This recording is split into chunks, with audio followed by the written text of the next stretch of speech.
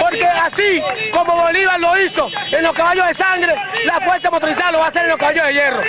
Así que señores, por favor, queremos paz, no nos inciten a la guerra, queremos paz. Si ustedes nos ayudan, Yo me llamo Edson Tobar, vicepresidente y presidente encargado de la fuerza motorizada Franco Alquime a nivel nacional.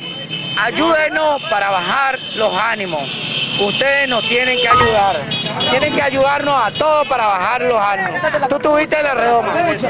Tuviste la redoma, tienen que ayudarnos a bajar los ánimos.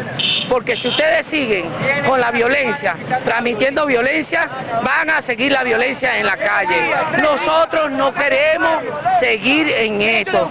Tenemos 4 días, nos están violando todos los derechos.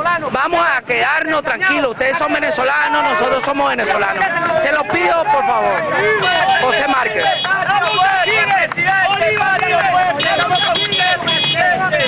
En nombre de